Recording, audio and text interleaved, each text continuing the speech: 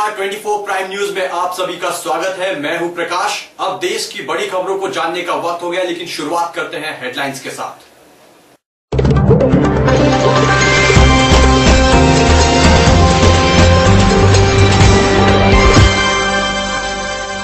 अमित शाह पर 3 हत्याओं का आरोप लगाया कांग्रेस नेता कपिल सिब्बल ने। मुख्य चुनाव आयुक्त वीएस संपत का आज गुजरात दौरा और हवा हवाई हो जाएगी भाजपा, कहा विरोधियों ने।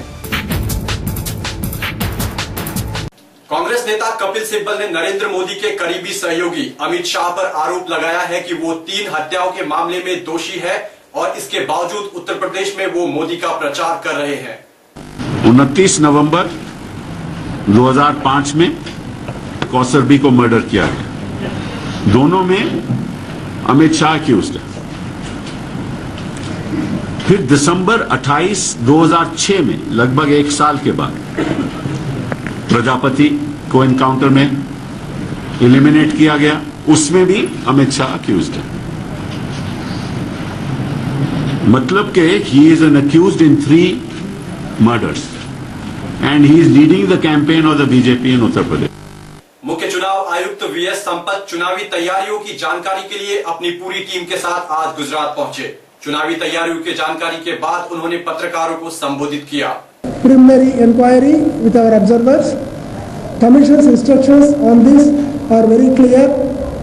Only those expenditure which relate to the candidate, they will be booked against the candidate's expenditure. General party propaganda expenditure will be booked only to the party unless there is any element which the candidate is taking advantage. Guidelines are very clear. These were made clear to our observers.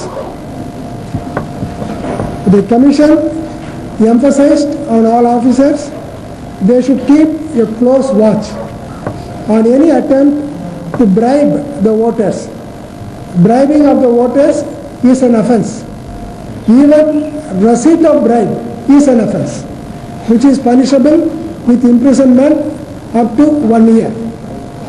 And officers were asked to keep a very close watch both on the bribe givers and bribe receivers with cash, gifts and liquor. Modi की लहर पर छिड़ी जंग, मोदी के दावे हवा हवाई हो जाएंगे, कहा विपक्षियों ने। हवा का रुख ना है तो जरा हवा में नजर कर लो।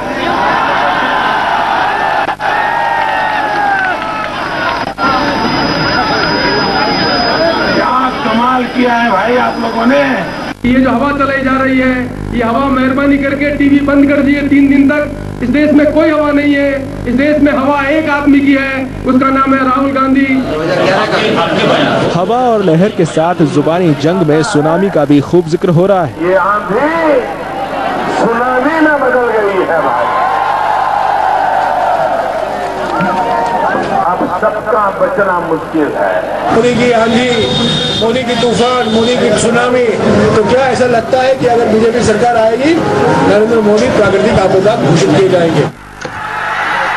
जाहिर है सत्ता के फाइनल की लड़ाई निर्णायक मोड़ पर है और जुबानी जोर आजमाइश में खुद को सिकंदर साबित करने की होड़ लगी है।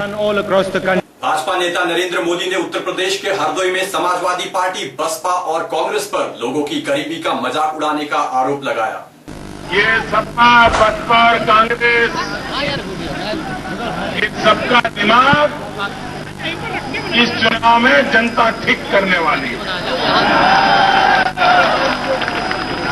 ये सबका दिमाग इतना अहंकार से भर गया है कि वे गरीबी की मजाक उड़ाते हैं, गरीबों का मजाक उड़ाते हैं। वहीं समाजवादी पार्टी के गढ़ एटा में चुनावी रैली को संबोधित करते हुए मोदी ने कहा कि वो देश के दुश्मनों के लिए जहर की तरह काम करेंगे। मोदी लहर नहीं है, मोदी जहर है, लेकिन ये जहर लूटने वालों के लिए है, ये जहर चोरों के लिए है, ये जहर बदमाशों के लिए है। और यही जहर है जो शुद्धिकरण लाएगा। राहुल ने तेलंगाना के महबूब नगर में जनसभा को संबोधित करते हुए कहा कि 2 जून को आपका सपना पूरा होने वाला है और आपकी ही कोशिशों की वजह से तेलंगाना राज्य आपको मिला है। आपका 60 साल पुराना एक सपना था, 2 जून को ये आपका सपना पूरा होने वाला है। बहुत सारे लोग इस सपने के लिए लड़े, बहुत सारे लोगों ने कुर्बानी दी, युवाओं ने, किसानों ने, महिलाओं ने, टीचर्स ने, लॉयर्स ने, सब लोग लड़े और आज ये सपना पूरा हो रहा है। इस सपने को पूरे करने में कांग्रेस पार्टी का भी हाथ था। कांग्रेस उपाध्यक्ष राहुल गांधी ने तमिलनाडु के रामनाथपुरम में विपक्ष पर भ्रष्टाचार को लेकर दोहरा रवैया अपनाने का आरोप लगाया। Our opposition talks about corruption, but I look carefully at the manifesto, and nowhere in the manifesto do they answer the question as to how they are going to fight corruption. Bhajpa के प्रवक्ता मुख्तार अब्बास नकवी ने कहा है कि UPA सरकार अपनी विदाई के समय लगातार नियुक्तियां कर रही है। उन्होंने कहा कि ये अनैतिक और असंवैधानिक है। विदाई के बिगुल के साथ नियुक्तियों के नगाड़े नहीं बजते। अब इनका दिक्कत यह है कि विदाई का बिगुल बज चुका है इनका, उसके साथ साथ एक पे एक नियुक्ति, तो ये तो अनैतिक है ही, असंवैधानिक भी है। कम से कम इस सरकार को समझना चाहिए कि अब कुछ दिनों की ये मेहमान रह गई है और इस तरह की नियुक्तियां, इस तरह की हड़बड़ी में की गई गड़बड़ी, इसकी जो छवि पूरी तरह से धूल धूसरित हो चुकी है, उसको और नुकसान पहुंचाएगी। देश के सबसे अधिक लोकसभा सीटों वाले राज्य उत्तर प्रदेश पर सबकी निगाहें टिकी है। राज्य के मुख्यमंत्री और एसपी के नेता अखिलेश यादव चुनाव प्रचार में जुटे हुए हैं। भारतीय जनता पार्टी की कोशिश रही कि धार्मिक सांप्रदायिकता के बहाने और धार्मिक सांप्रदायिकता का सहारा लेकर के दिल्ली की गद्दी तक पहुंचे। उस पर मुकाबला समाजवादियों ने किया है। समाजवादी पार्टी, बीजेपी और ऐसे तमाम संगठनों को रोकेगी, क्योंकि देश में एक सेकुलर सरकार बने, एक समाजवादी सरकार बने। मैं समझता हूँ सबसे ज्यादा सीटें अभी तक की समाजवादी पार्टी जीतेगी। मैं ये कहता हूँ कि अभी तक की सबसे ज्यादा सीटें जीतेगी, क्योंकि पिछली बार भी कई सर्वे ने समाजवादी पार्टी को पीछे दिखाया था, उस समय भी समाजवादी पार्टी जीती थी और इस बार भी मुझे भरोसा है, उपलब्धियां साथ हैं, सबसे ज्यादा सीटें समाजवादी पार्टी जीतेगी। प्रसिद्ध शहनाई वादक बिस्मिल्लाह खान के बेटे उस्ताद जामिन हुसैन ने वाराणसी से चुनाव लड़ रहे भाजपा उम्मीदवार नरेंद्र मोदी का प्रवक्ता बनने से इनकार कर दिया है। वाराणसी संसदीय सीट से नरेंद्र मोदी भाजपा की तरफ से चुनाव लड़ रहे हैं और उनके 24 अप्रैल को नामांकन पत्र भरने की उम्मीद है।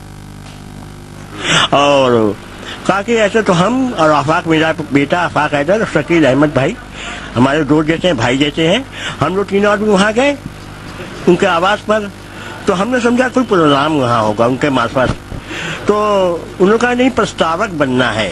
हम लोग, हमारे अब्बा हुजूर संगीत में थे और आज भी संगीत में उनके बेटे हैं हम लोग, और हमने साफ इनकार कर दिया, बल्कि हमारे बेटे आफाक हैदर ने वहाँ 10 बजे रात में लिख करके दिया कि हम प्रस्तावक नहीं बनेंगे। वहीं बिस्मिल्लाह खान के बेटे के इनकार के बाद बीजेपी के नेता नरेंद्र मोदी के प्रवक्ता के लिए बनारस घराने के शास्त्रीय संगीत के बुजुर्ग गायक पंडित छन्नूलाल मिश्र तैयार हो गए हैं। आपको बता दें कि नरेंद्र मोदी 24 अप्रैल को वाराणसी से नामांकन भरेंगे। छन्नूलाल जी सिर्फ इतना ही कह रहे हैं कि मोदी जी को आगे बढ़ाना चाहिए और मोदी जी हमारे ख्याल से अच्छे व्यक्ति हैं। अब किसी के बारे में हम ये नहीं कह सकते कि कौन खराब है कौन अच्छा है, लेकिन जब वो हमको याद किए हैं तो हमको उनकी याद करना पड़ा, क्योंकि जो हमको बुलाया है पहले, सम्मानित किया है, तो उसने खबर दिया है पहले। जो भी हमको पहले खबर दिया होता हम उसी पार्टी में जाते, हमारा कोई पार्टी नहीं है। अंत में पेश है मुख्य समाचार एक बार फिर।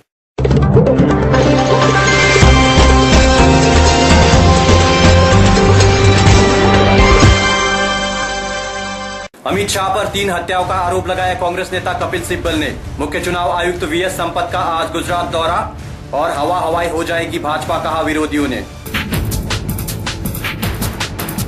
इस बुलेटिन में फिलहाल इतना ही, लेकिन देश और दुनिया की तमाम जानकारी के लिए आप देखते रहिए 24 प्राइम न्यूज, जो रखता है हर खबर पर खास नजर।